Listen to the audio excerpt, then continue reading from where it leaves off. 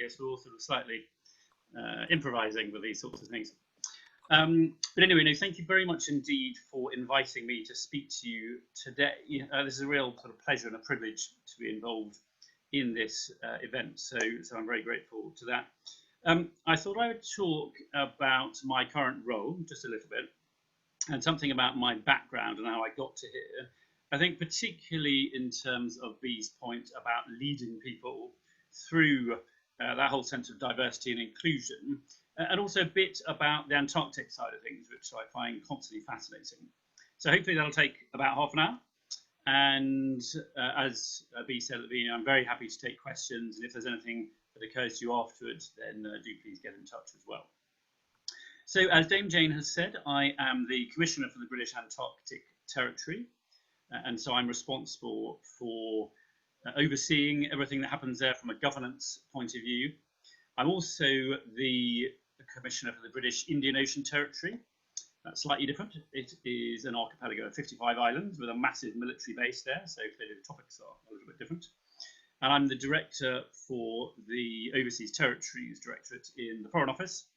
And as such, I lead all of the UK's policy towards Britain's 14 overseas territories, and I oversee the 6 director-level governors as well for all the main territories that I deal with. I'm also responsible for, it's about 50-60 million generally a year of programme funding that we have. I've been leading the response to COVID in terms of supporting the overseas territories, and I also led the, excuse me just a second, I also led the response to the hurricanes of 2017 in the Caribbean. So I have a fairly varied role in terms of my day job, and it keeps me very busy most of the time. Also, from a diversity point of view, I am the Deputy Disability Champion for the Civil Service as a whole. And at the moment, because the previous Disability Champion left the Civil Service, I'm effectively the acting champion, so I coordinate the work across the whole Civil Service, and we have about 400 agencies, 450,000 people roughly that we work with. I've also been appointed last autumn as the Disability Champion for the UK's national security community. So I work with the 25 government departments and agencies. So whether that's people like Ministry of Defence or GCHQ and MI6, whatever else it might be, to make sure that we can have a proper disability inclusion strategy and get the best for people with disabilities across the whole of the network. So I have quite a wide range of responsibilities and experiences, and it's been sort of an interesting journey, I suppose, along the way. For anyone interested, if you Google Ben Merrick Civil Service, you'll come up with the various blogs that I've put out. But I think sort of back quite a long way, I suppose, probably back to my year off between school and university, which is a very long time ago. And I lost my sight due to a hereditary condition during that time. So now I have no central vision. I have peripheral vision, so I can just about get around okay, but I can't read things unless they're hugely magnified, or recognise people, or drive. So inevitably there are a lot of challenges along the way. And that condition set in about 4 weeks, as I say, during my gap year. And when I was diagnosed, one of the doctors said to me, "What were you planning to do?" And I said, I was planning to go to university to read languages. And he said, "Well, that's not going to happen. You have to think of something else." And he just walked away. So that was my first experience of disability and other people's perceptions and barriers and so on. And so I was going to say a little bit about barriers and how to seek to overcome them. And so clearly, one option at that time was just to give up. But with the help of my parents and others, I got in touch with various providers of IT and other things of that sort. And then 4 years later, I became the first blind person to get a first from Oxford. And then when I was in the world of work, I had various other experiences. One, I decided I was going to go and do a diploma in financial management in my spare time, because that was going to be helpful in career terms. And I got sent all of the material which was necessary. It was a box about that high, if you can see that, I don't know, 50 centimetres or so. And it was just thick textbooks. So I contacted the publishers and said, could I have these in soft copy, please, i.e. on CD-ROM? And they said, no, it's not possible. I said, well, I'm pretty sure it is possible because you're on version 10. And clearly you update that every year, so it's obviously available in soft copy. And they said, no, it's just not possible. So I said, well, let's put it this way. There are two ways of doing this. Either you are going to send me the CD-ROMs fairly swiftly, or I'm going to contact your chief executive and threaten immediate public exposure and litigation, and the net result will be the same. Which would you like it to be? And that afternoon, the CD-ROMs arrived by courier. So I did the course, and then at the end of the year, because it was a year-long course, I got the highest mark in the world, which was useful to do that because I wanted it for career terms, but it was also quite helpful in terms of demonstrating what was possible. And even then I found in certain jobs, so when I was the head of arms control and counter-proliferation in the Ministry of Defence, which is one of the most highly classified roles there is in government, I was due to be going to a nuclear installation, and it was all set up, it was all fine, and then someone happened to mention that because of my site, I would just need to make sure that I had a bit of a sense in advance of the layout and so on. And they got in touch and said, no, I'm afraid you can't come because it's a building site and we can't have a blind person on the building site. And so I went through the same process again and said, either I'm going to come or I'm going to contact your chief executive, and so on. You can fill out the rest. And that finished with me doing the visit, and it all went perfectly well. And then they said at the end, oh, I'm really glad we were able to make it work. I said, yes, no thanks to you. So I've had a number of experiences in my time of people making assumptions about what was and wasn't possible. I think I've also found over time that much of this is about self-imposed limitations. And so quite often there are things that I assumed I just wouldn't be able to do until I went for them. And so if I take the current role that I play, I was the deputy director beforehand. I actually did a leadership development scheme called the Senior Leader Scheme, which is designed to get people up to director level within the civil service. And I found that really helpful. A lot of that was about taking time out to reflect, taking time out with my peers who were going through similar development levels. I think spending quite a bit of time not just on things like strategy and so on, but a lot of time thinking about leadership and communication and how particularly to engage with people. And off the back of that, I went for the director role that I now play and was successful in that. And so I think for me that was particularly gratifying because it was something that felt in advance pretty difficult and indeed has changed considerably over time. It was about 2 months after I started the job that we got hit by the hurricanes, and we've had many similar things since then. So there've been a number of challenges in all of that, but I think for me a lot of it is about the self-awareness, constantly trying out new things and seeing what's possible, and making sure that ultimately I sort of absorb those experiences and get a much better sense of what I can and can't do. Which kind of brings me on to the broader sense about leading diversity and inclusion. Now, for us in the civil service, diversity and inclusion is extremely important for a number of reasons. People often assume it's important because it's either the nice thing to do, the moral thing to do, or because we are legally obliged to do so. Now, that is true, but actually for me, there's a much more important rationale behind diversity and inclusion. Ultimately, we get much better policy and delivery outcomes if we have a diverse set of inputs. So a lot of that is about diversity of thought. It's also about the importance of underrepresented groups of all sorts. But you mentioned a lot of the areas which we're seeking to tackle in terms of underrepresentation. But it's about getting that really rich mixture of inputs. Particularly, it's about building in challenge, but it's also about bringing in people with lots of different perspectives and lots of different experiences. Now, as I say, that makes for better policy, and whether we're talking about national security or whether we're talking about educational policy or indeed Antarctic policy or whatever else it may be, it's about bringing in that wide set of views. It also is much better in terms of recruitment and retention, because we want to have as wide a pool as possible of people who want these sorts of roles and aspire to do this sort of work, and so we can draw people in.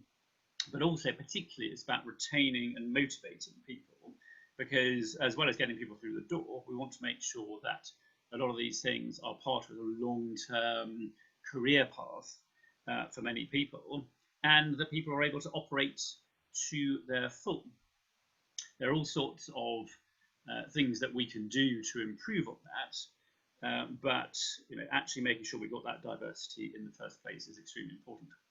And of course, this may vary from one area to another, but certainly legitimacy in terms of how we're serving the public is extremely important.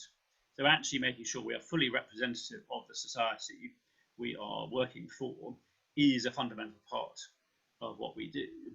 And so that's why the diversity piece is extremely important in all aspects of what we're doing. But the inclusion point of view is also important. And of course, we've done a lot of reflection on this in the context of not just COVID, but things like the Black Lives Matter movement, and a great deal of reflection that many of us are having after the horrendous act in relation to George Floyd. And so I think for me, inclusion is incredibly important, both for the reasons I've set out in terms of the policy, the delivery outcomes, and all those sorts of things, but also because this is what we should be aspiring to have the civil service and all parts of the public and private and voluntary sectors operating as. I mean, this should be what we say about society, and we should be seeking to make things as inclusive as possible, because it's the right thing to do for all the reasons I've mentioned. Now, in terms of the leadership side around that, I think that works at many different levels. And people often think leadership equals the person at the top, but actually leadership works at all levels, horizontally, not just vertically.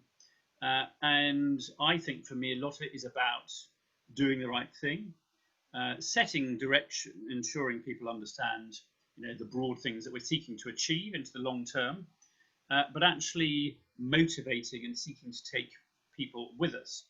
And as I say, actually a vision not just of the specific objectives, but the kind of way in which we want to operate, and the way in which we want everyone to contribute. And I reiterate the point about drawing in views from all parts. I think there's an interesting example of Ikea when they went to operate in the US, and they found that their sales were just not very good at all. They're just having lots of people bringing stuff back, not really wanting it and so on. And they spent a lot of time trying to work out why this might be the case. And eventually they went to ask the person who was on the desk at returns, and they said, "What's going on here? Why is everyone bringing this stuff back?" And the person said, "Well, it's just not big enough." Because being American, they like to have things more substantial in terms of their furniture rather than the European approach. So IKEA made stuff bigger and they sold a lot more.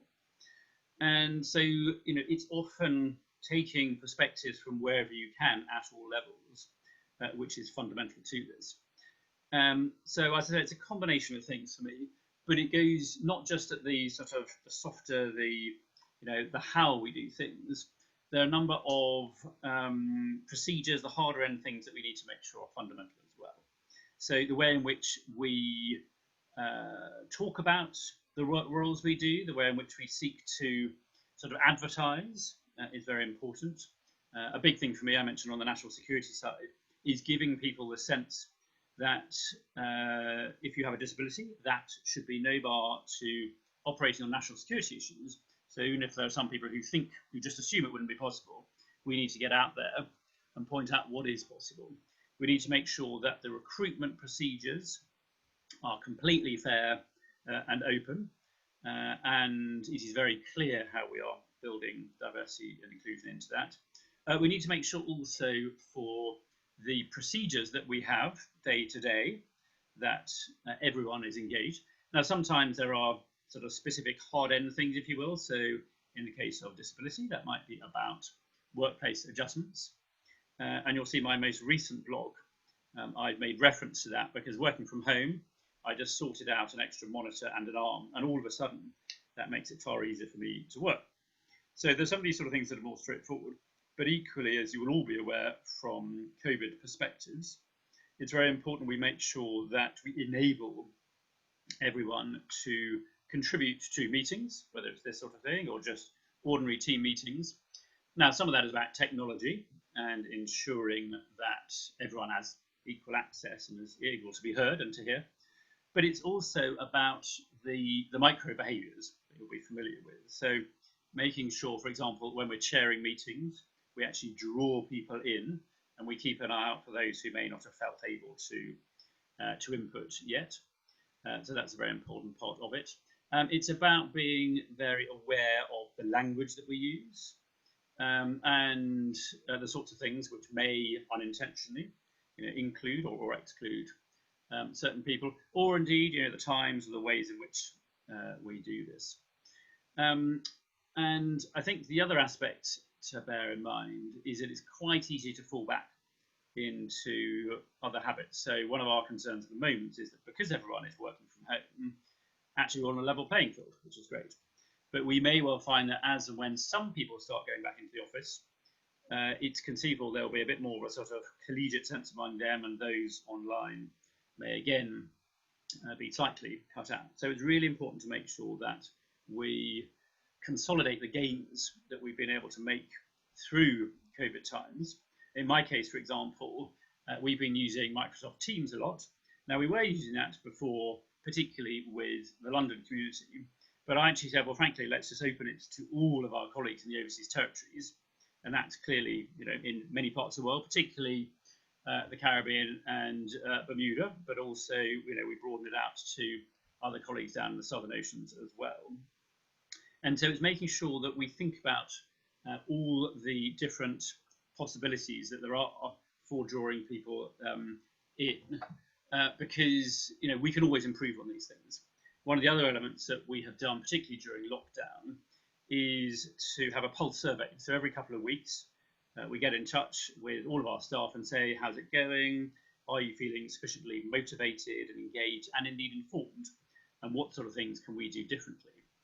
And so making sure actually that we're having that sort of outreach, but engaging with people as much as we can through all the sorts of means that we can do is particularly important as well. So, there's quite a wide range of things in that, but I think certainly civil service has really got that sense of the importance of diversity and inclusion, and it's not anymore just something that we do because, the tick box thing or we've been told to. Actually, we do it because, we get the best outcomes as a result. Now, there is a lot to do across the board, and so, we should absolutely never be complacent. I think for me, it's keeping the dialogue going and keeping the focus on it, particularly as much as we can using the data that we have. Now, because I have an organisation of 450,000 people that I'm working with in the civil service, we inevitably have a pretty substantial data picture.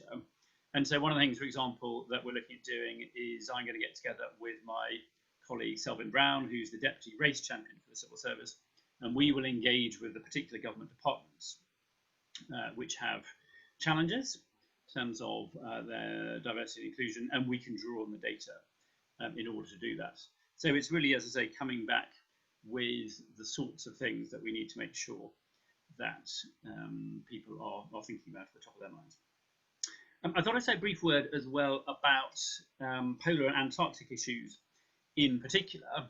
Now, clearly, you all know far more about this than I do, but I've been very privileged to work with Dame Jane and Jane Rumble in my team and many others on these sorts of issues, which are of fundamental importance to the UK and to the world community as a whole. And as Dame Jane said, it was a huge privilege and a pleasure for me to be able to go to Rotherham, but also to come to Bath, as I've been able to do several times, for me, it's always important to get out and actually see what it is that we're talking about, especially for the overseas territories. There are some things we do when one can read about it on paper and it just about comes to life. But I think absolutely with the sorts of issues that you're all dealing with, being able to really experience that on the ground, so to speak, is very important. And having an ice core in my hands and 40,000-year-old bubbles suddenly going pop, pop, pop and coming out into the air was just quite extraordinary. So I've dined out on that on many occasions.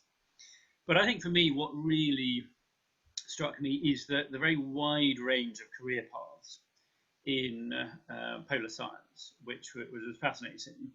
And the number of ologists that I met when I was in Cambridge, but also down in Rotherham, absolutely extraordinary. I mean, it's so fascinating. I got as far as chemistry A-level, and then I admitted defeat and did languages at university. But for me, I think the range of science that takes place is absolutely extraordinary.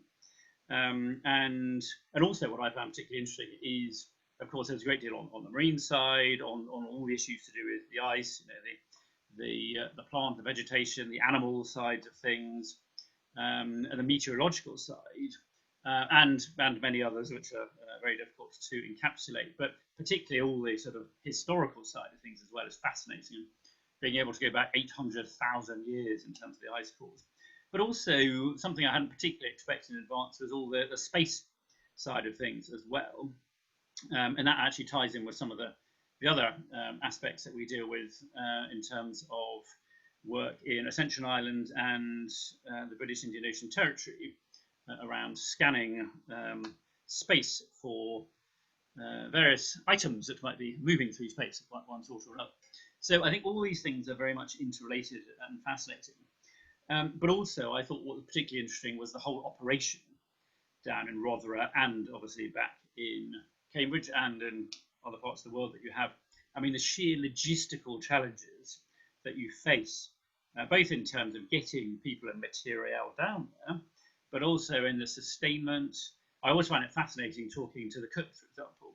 And when we got there, they'd been having challenges with supplies, but they showed us the stores and how they were planning for the next few months and so on. And the way in which things like the aviation works, the way in which the general maintenance works. I mean, I thought it was brilliant that when we were there, we were up in air traffic control and they said, oh, we can't use the runway at the moment because an iceberg's floated in front of it, which is not something one tends to find in normal travel. So I think the range of operation issues was really fascinating to see as well. Inevitably, I can't unfortunately cover every single strand and every single path there is, but what was fascinating for me was the really wide range.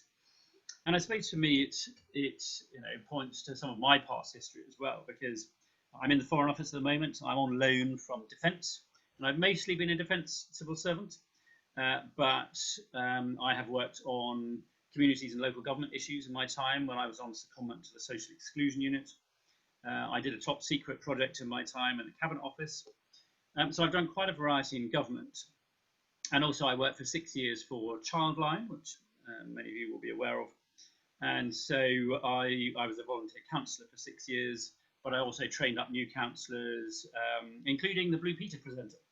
And so I was on Blue Peter myself and still have my Blue Peter badge. So what I've always found is it's just really important to just take opportunities that are going, whether it's to do with jobs or development schemes or whatever else it might be. In the past, people have said, what is your dream job? And I found the problem is that sort of trying to plan things one after the next and the next and the next and so on never seems to quite make sense, because a certain amount of this is serendipity, but a certain amount, I think, is about seizing the opportunities that are going and just seeing where they take you. And provided that they are motivating and you can see how they're going to benefit people, then I generally just see what comes of it. And that's why last year, when someone sidled up to me and asked me if I'd like to be the Deputy Disability Champion for the Civil Service, I said, go on then.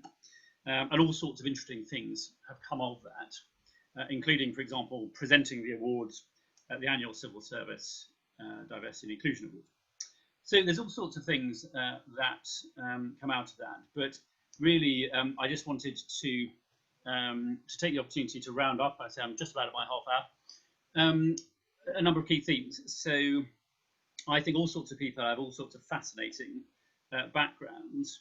And the key for me has been that sense of diversity and inclusion really coming to the fore, having much more of a sense of a proper business case around it rather than just something that people felt they should do if they had the time. It's really driving through all sorts of things we do, both in terms of the personnel side of things, but also that whole diversity of thought piece. And it's something that I think is very exciting and very energizing. And I think the way in which it then feeds into polar science, for me, is about really encouraging diversity and inclusion through everything that all of you and all of we do, making sure we can draw in people from all sides and have that really rich mixture that I mentioned to take things forward for the years and decades to come. And I'm really pleased that the Foreign Office is able to work with all of you in taking that forward. So those are just a few thoughts. Very happy to take questions or comments.